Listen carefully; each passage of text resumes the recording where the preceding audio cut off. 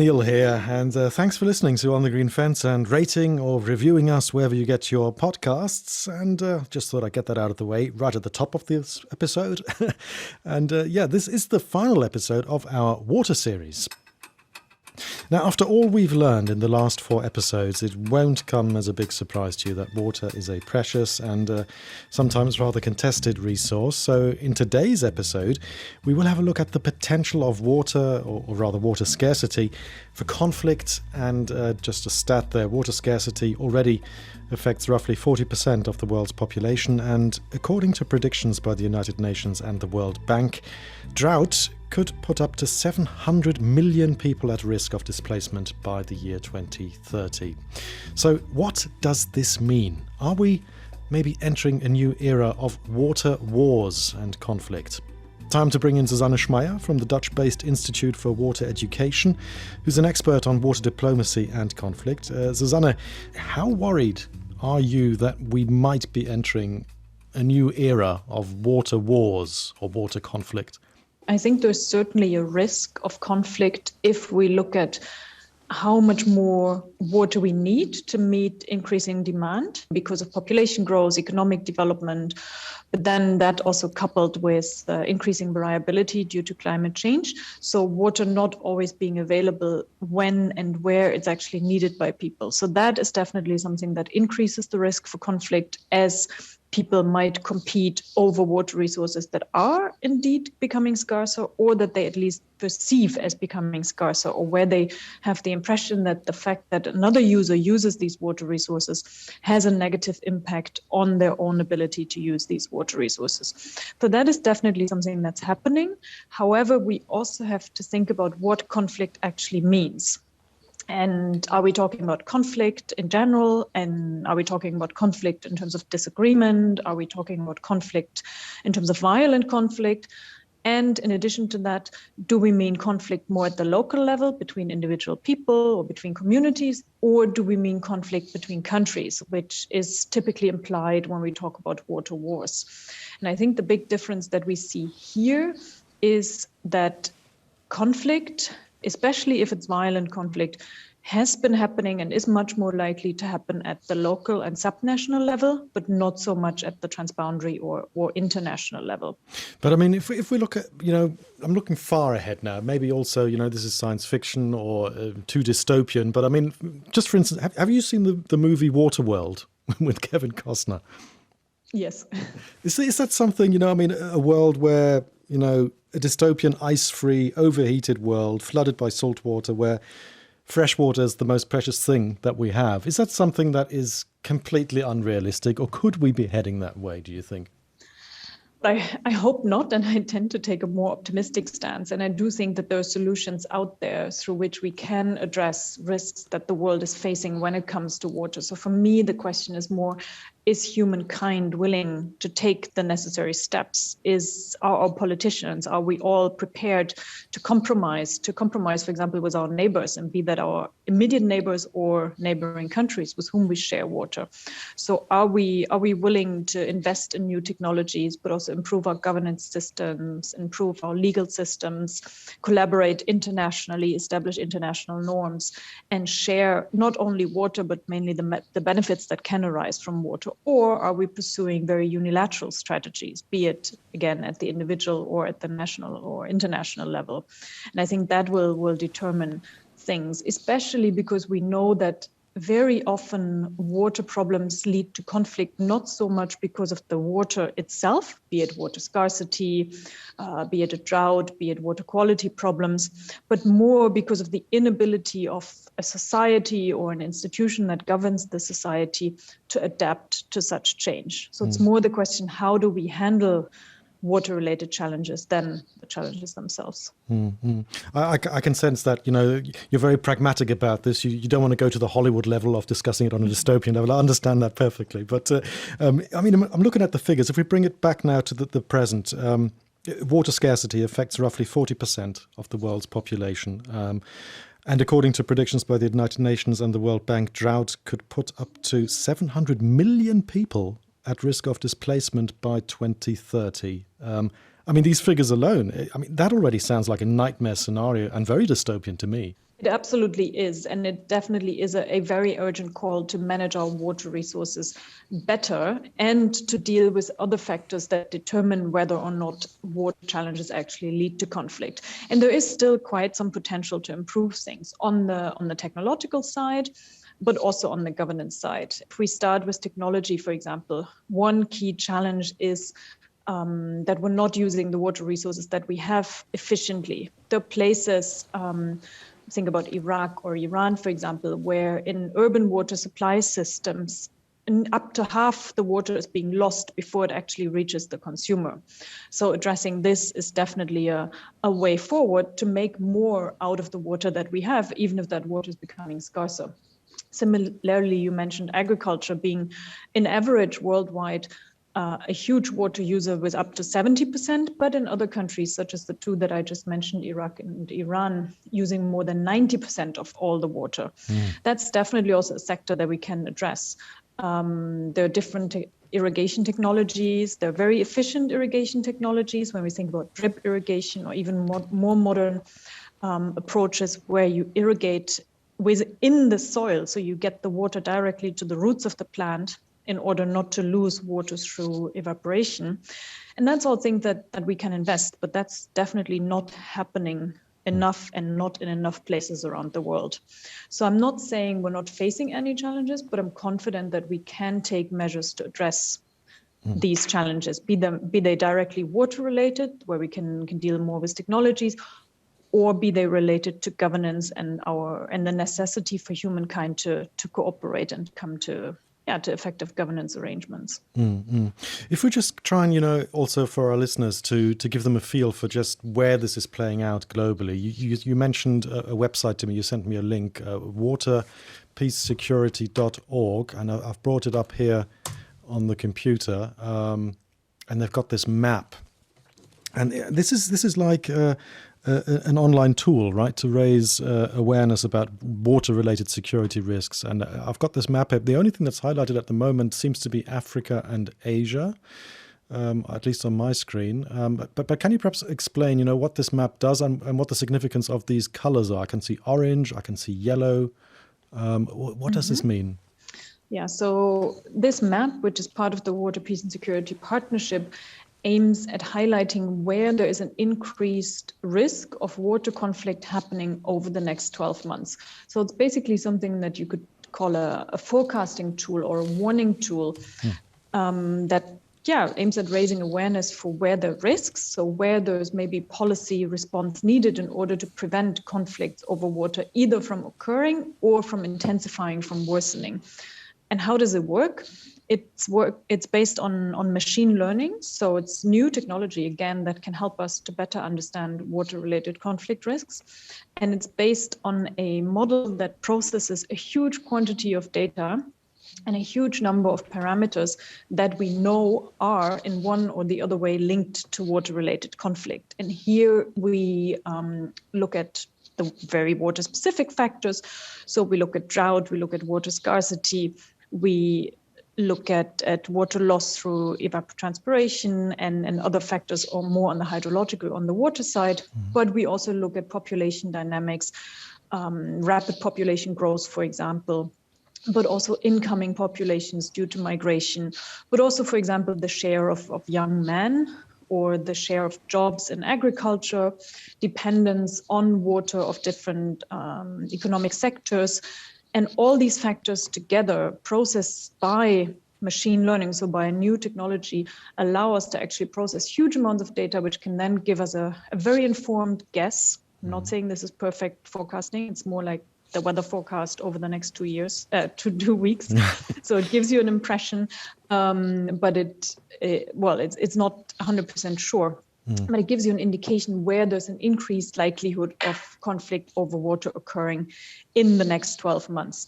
And obviously, that is more meant to raise awareness among policymakers. If you then pick a certain region, so if you were to zoom into Iraq, for example, or any other place. Let me just do that. I'll zoom into Iraq and Iran here now. Iraq is marked yellow, large parts of it. That means ongoing conflict. And other parts of it are marked orange, which means emerging conflict. Exactly. So there either was a conflict already that we expect to continue in the next 12 months, or there is newly emerging conflict, so conflict that will occur in the next 12 months. In both cases, there's need for action. So in both cases, that is a sign for policymakers in Iraq itself, obviously, but then also possibly the international community supporting Iraq or any other country where the situation looks like that, to address these conflict risks and ideally ensure that what we indicate here, conflict in emerging or continuing over the next 12 months, that doesn't happen. Mm-hmm. If, however, you wanted to zoom in more detail and really look at what drives the conflict. So is it now more a hydrological factor, or is it more incoming migratory population, or is it certain economic factors that really drive the conflict? And if you wanted to know what the share of influence of each of that factors is, then you obviously need to go into much more localized analysis. So this is more like going to the doctor for a general checkup. So would Iraq, would that be a good example to explain the dynamics of conflict over water? You know, is there a certain pattern, how these conflicts evolve and also develop?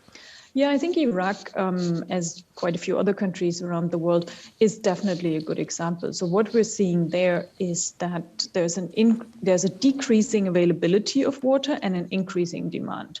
So looking at the availability first, why is that decreasing? That's due to a number of factors. It's obviously hydrological situation itself. So Iraq is located in a very dry area, has always been, but then also climate change making that worse with making water or decreasing rainfall, making water less available also throughout the year. But then also that coupled with man-made factors such as, for example, upstream of Iraq, dam construction in Turkey, that reduces the flow of the Euphrates and Tigris rivers that flow into Iraq, but also in Iran, where there's also heavy construction of water infrastructure to divert water that would otherwise from Iran flow into Iraq. But that also coupled with inefficient irrigation in Iraq, inefficient urban water supply, and that altogether reducing the availability, while at the same time the population grows, the economy grows, different sectors, the agricultural sector, but also the oil-producing sector, having an increasing need for water. And that together leads to a situation where there is not always enough water for everyone, and especially where the water that's available is not at a quality that it could be directly used. So one of the conflicts, for example, that we've seen in the past years in Iraq was actually a water quality related problem. So in 2018, the reduced flows, so the reduced water in the Euphrates Tigris, together with the intrusion of pollutants, has led to a situation where the water quality, especially in southern Iraq, in Basra, turned so bad that people were suffering from that pollution, leading to more than 180,000 people being hospitalized in a very short time, which then led to protests against the government because, well, rightfully so, populations were disappointed in the government and its ability to provide public services, such as the basic service of providing water to populations. And that led to protests that continued from 2018 to 2019 and actually led to the resignation of the prime minister eventually.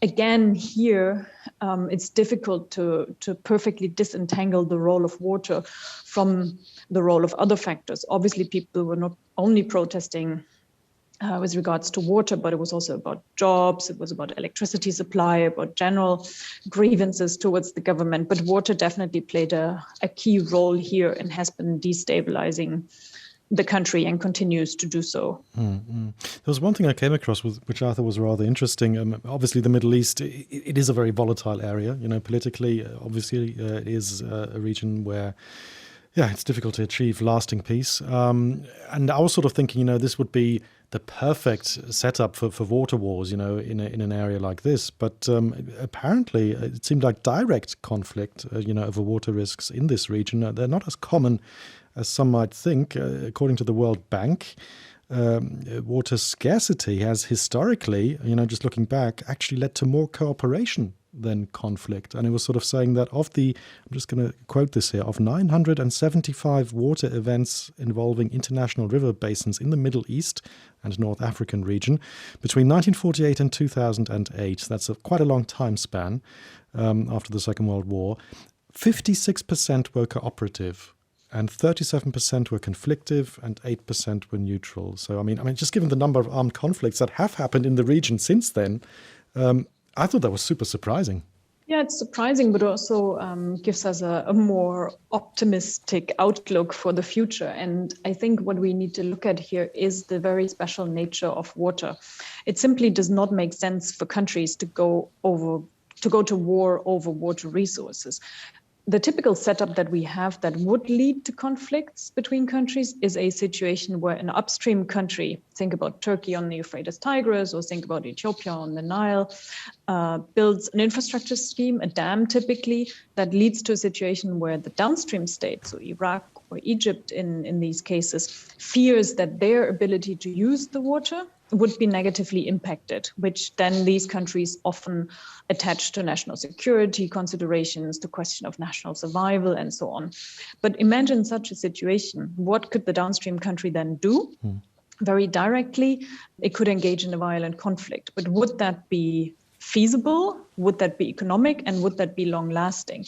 There have indeed been threats by Egypt towards Ethiopia, but also, for example, by Uzbekistan towards Tajikistan to blow up dams that were being built and to go to war. However, first of all, that would, of course, have negative effects immediately on the downstream country as the water flushes out and flows downstream.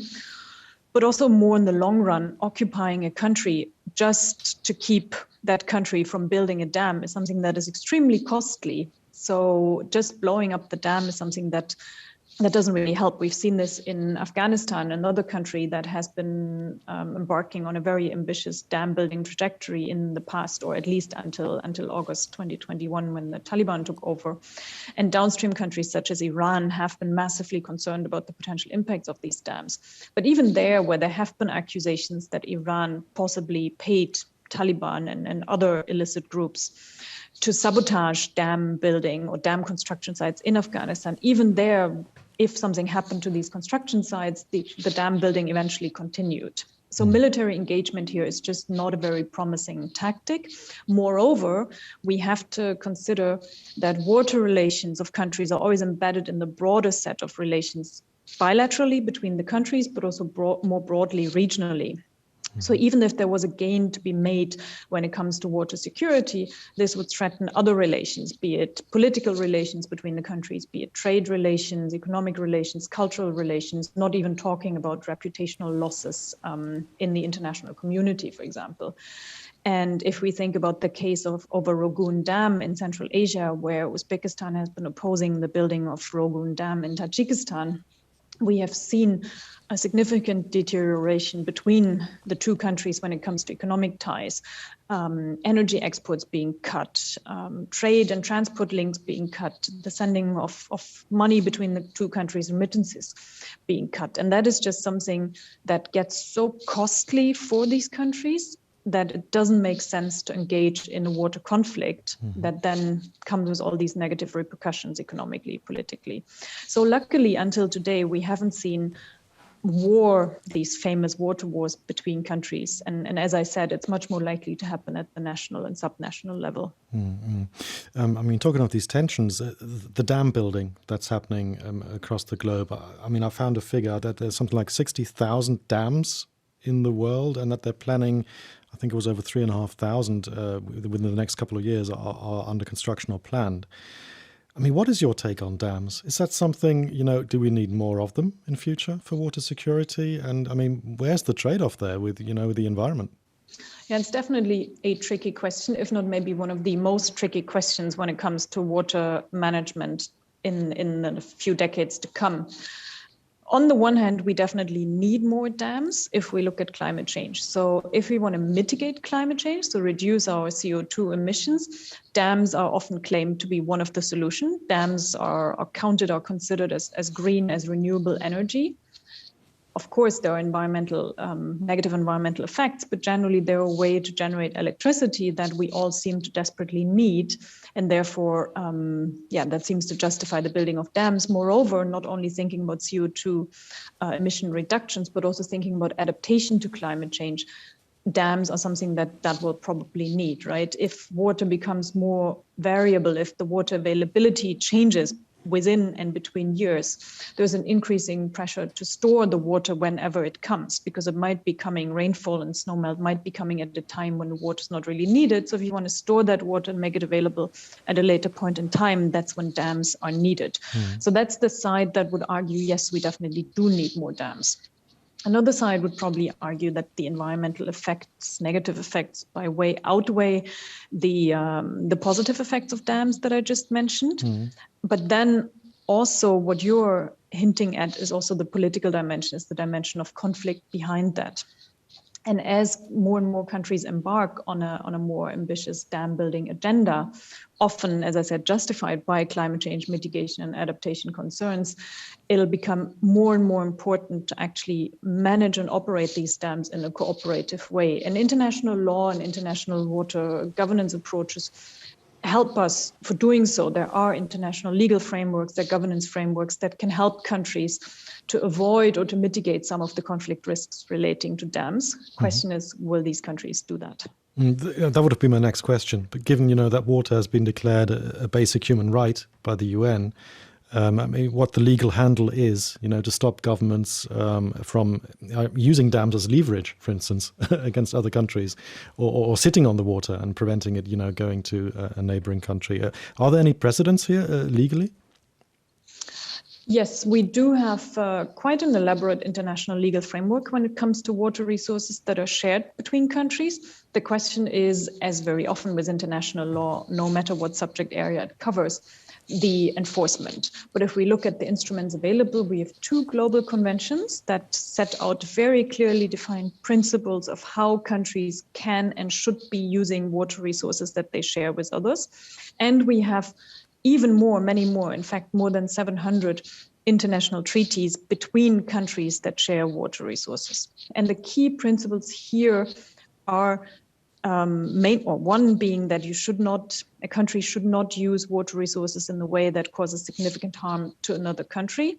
And then, and I think that's particularly important, international water law also provides more procedural means of how that can be ensured. Because you can imagine that significant harm is a concept that a downstream country will have a very different idea about than an upstream country. So here, guidance comes in from international law that, for example, requires a country that wants to build a dam or any other big infrastructure project has to actually notify its neighboring states, the states with whom it shares these water resources, about these plans very early on, and then discuss with these countries what the impacts might be and possibly adapt the design of the project. And we have indeed in various regions around the world seen that this works. I'm thinking about the Mekong, where there has been quite a bit of disagreement between Laos, for example, and the downstream states in the lower Mekong basin. When Laos started to develop dams on the Mekong mainstream, and other countries, namely Cambodia and Vietnam, were concerned about that.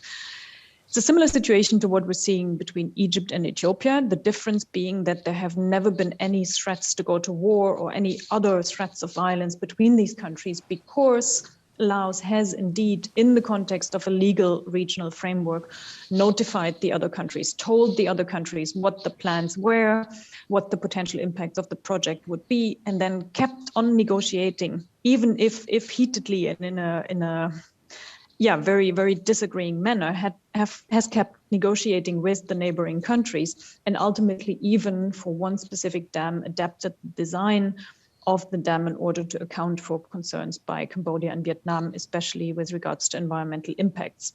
So I'm not saying that conflicts can be entirely avoided by using international law, but they can be contained in a manner that they do not escalate or lead to a risk of violence or even war between countries. Mm-hmm. Okay, so I mean, if we come back then to, we just talked a bit about the legal framework. If we come back to avoiding conflicts in future, Dams was one thing you just mentioned. We're going to need them to mitigate climate change. There is a trade-off with the environment. I mean, for instance, it can affect fish stocks. It can lead to all sorts of negative side effects for the biodiversity alongside the river and in the river. But if this is the future, that we're going to have more dams and we need to mitigate the impacts of climate change, what else can we do to address this problem of water scarcity and avoid, future conflicts from turning nasty over water? Yeah, I think there are a number of measures that can be taken, and we can probably differentiate between the more technical ones and the more political or legal or governance or even also economic and financial ones. On the technical side, I think there's still quite a bit of room to use existing technologies that allow us to use water more efficiently, but also to develop new ones. If we look at, for example, the improvement and the advances in irrigation technology over the last decades, there is still a lot of room to use what has been developed. I mean, some countries are using extremely efficient irrigation technologies, Israel, for example, that other countries are not using for a number of reasons, be it technical or financial capacities, or be it the unavailability of these technologies. But I think there is still a lot of room for improvement. The same for improving urban water supply networks, for example. So I think there's quite a bit of progress to be made there. And then if we look at the economic side, I think there's also still some room for improvement when it comes to increasing the efficiency of water use. Mm-hmm. For example, through water prices. And I'm not talking about privatization and about selling water, but about through tariffs, publicly developed and collected tariffs that give a value to the water, that makes it also visible for the public what they're actually been using, what the costs of using that water is, and what the trade-offs are if water is being used for one sector or for one specific use, it not being available for another sector or another use, what the economic consequences are of that.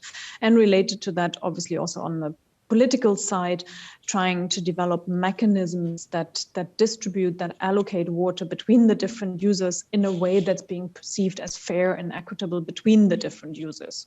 It doesn't matter whether that's individual people in a community or whether that's different sectors in a country or whether that's actually 2 or 3 or more different countries.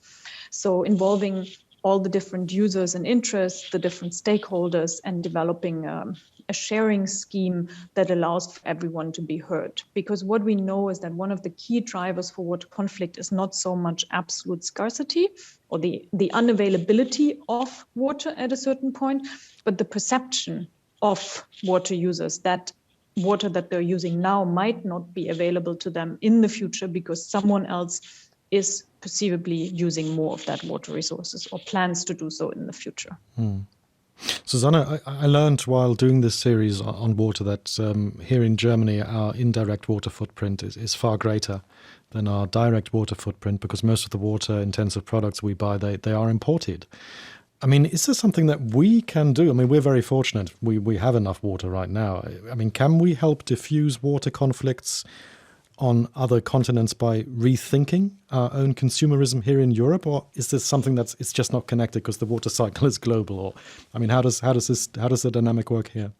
I think that's definitely something very important to keep in mind. We in Europe, but also in the US, for example, consume a lot of food, but also other products for which the resources that are being used are grown in other regions, including in regions that suffer from water scarcity. If we think, for example, about fruit, such as grapes that we eat here in Europe, a lot of them come from South Africa or Namibia, both being countries that have suffered from severe water scarcity and that have also seen their share of regional disagreements between neighboring countries over increasingly scarce water resources. So as long as we're consuming products like that, also thinking about coffee, for example, and about 130 liters of water going into a cup of coffee, that's definitely something we need to reconsider. Might not be entirely feasible always, but I think that's definitely something to look at and something where we can probably make an even bigger impact than turning the tap off while we brush our teeth in Europe. Are you in favor of labeling products, or is that something that's pie in the sky? It's never going to happen as to, the water footprint of certain products? I think it definitely makes sense to do that. We do have the means now to estimate quite well how much water, how many liters of water go into a certain product, with concepts such as the virtual water concept. So if we could label that and put it out there for the consumer to be informed and then make his or her own choices, I think that's definitely something that's important. Of course, that always comes with trade-offs as well. I just mentioned the fruit production, such as grapes in South Africa. Of course, from a water perspective, we maybe shouldn't be consuming South African grapes anymore. But on the other hand, that is an important economic sector for the country. It's a sector that gains export income for South Africa or Namibia, and that's things that are desperately needed, for example, to advance education or health services in these countries. So I think we have to look at both sides of the coin, but labeling is definitely a step forward to make the consumer here in Europe and in the US more aware, and then also be able to make their own choices. And interestingly, it doesn't only concern products that we import from very far away. I mean, think about almonds being grown in California. That's also something that if we look at the water situation in the American West, it doesn't really make sense. So maybe also something to consider for the American consumer in the US and not only far away. What is your take on technology? Because, I mean, a lot of people think technology can save us with all these problems that we face. We just need to, develop these products. And for instance, I mean, one thing that gets thrown around a lot is desalination. I mean, given that only 3% of the world's water is fresh water and the rest is salty, I mean, on paper, that sounds pretty good. I'll just turn that salt water into drinkable water. What's your take on that? I think generally technology is definitely a way ahead, and we should be investing into more research and development that helps us to get more out of the water that we have, or to access new water sources such as salt water. But then, of course, that always comes with a big caveat in the case of desalination, being the fact that it's extremely expensive to do it. It has environmental impacts. For example, what do you do with the salt? Where do you dump it? And if you dump it back into the sea, what impacts does that have on the marine environment? But then thirdly, also the problem that desalination is extremely energy intensive. So again, you need something to fuel the desalination. Under current climate change developments, we obviously don't want that to be coal or oil or gas. So the question is, which renewable energy sources can you use for desalination? And that might work well to a certain extent with solar in countries such as Israel or other very sunny countries, but there is a limit to that. So I think desalination is a great approach for more local problems. It's, for example, an amazing approach for small islands that don't have access to water, that don't have rivers where groundwater is maybe depleting, but that might have a lot of sun. But it's not a solution for large-scale water supply for entire countries. So if I were to summarize, if I understood you correctly, the various measures that we can take, they're measures on an economic level we can take, they're measures that we as consumers can take by reducing our water footprint, but governance is also, a key aspect when it comes to solving this problem, a multilateral approach and good governance. Can you give us perhaps an example where all these factors came together and where, I don't know, people turned things around who were really, in dire straits when it came to water, but they managed to get their water supply back again? I think we haven't really found the perfect solution yet, and there's not that one place in the world where things would have worked out when it comes to governance, technology, economy, and so on. But I think there are a few examples that we can learn from. I mentioned South Africa and Namibia earlier. That's definitely a region that has been suffering significantly from water scarcity, is heavily affected by climate change, but has managed to address the conflict potential that arises from that quite nicely at different levels. If we look at the local level, many of the listeners might remember Day Zero in Cape Town, but actually affecting the entire region in 2015. And since 2015, a lot of measures have been taken, not only to diversify the water supply for Cape Town, which before was entirely dependent on collecting rainwater during the rainy season, but especially also on reducing the demand. So in fact, the demand has been reduced to now around 50 liters per person per day. Compare that to California, for example, it's 350 liters per person per day there.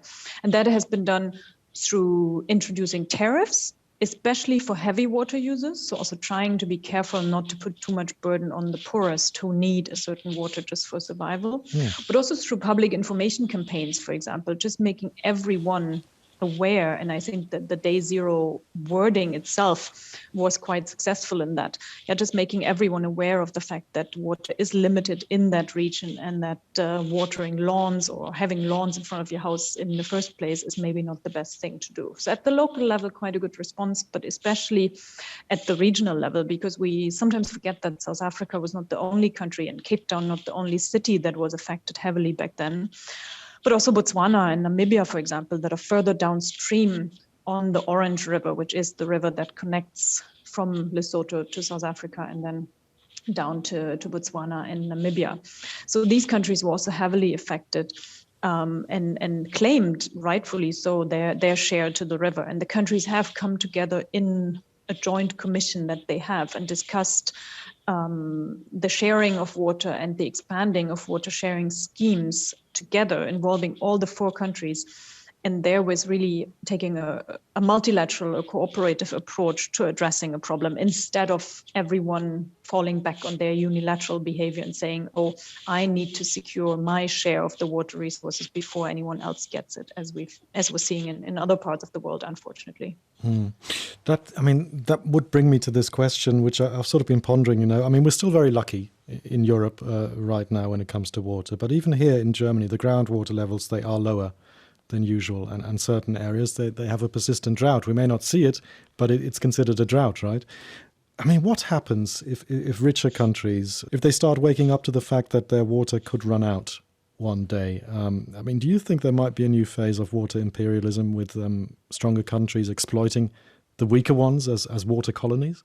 We might see that to some extent, not so much in terms of richer countries getting water as they used to do in colonial times with minerals and gold, for example, but more in an indirect sense, where countries could start growing their food in countries that still have water and then export the food to meet their population's needs. And we're actually seeing that already to some extent, also in relation or in the context of land grabbing in parts of Africa, where Arab states, the Emirates, Saudi Arabia, but also China are heavily investing in huge agricultural schemes in parts of Eastern Africa, where they grow food, where they grow rice that's being exported, for example, to China in order to meet needs there that cannot be met domestically anymore because of the water situation in China. So I think that's something that we could potentially experience in the future, as a combination of water challenges, but again, not water alone being the reason, but also in relation to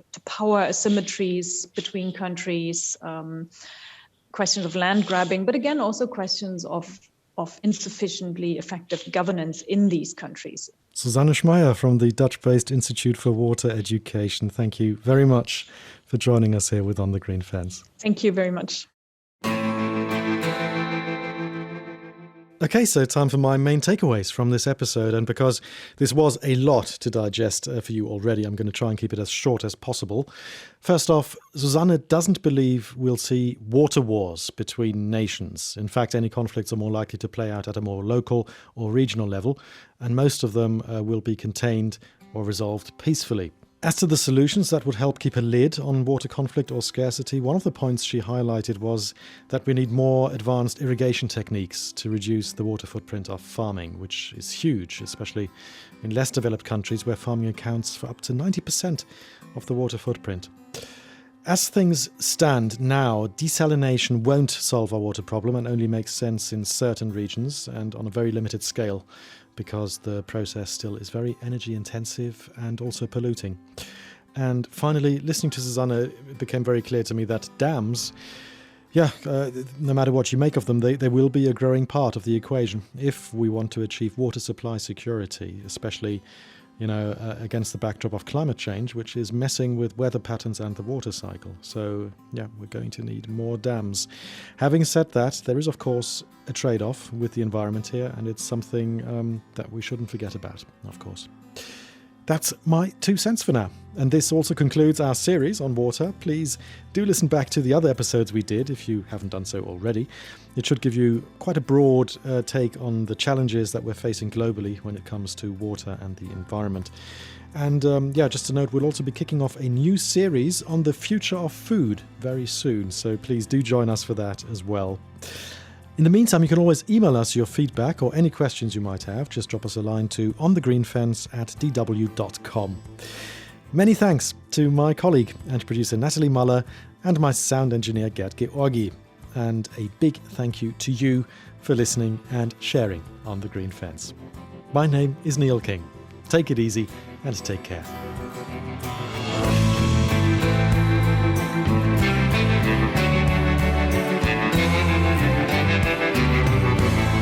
On the Green Fence.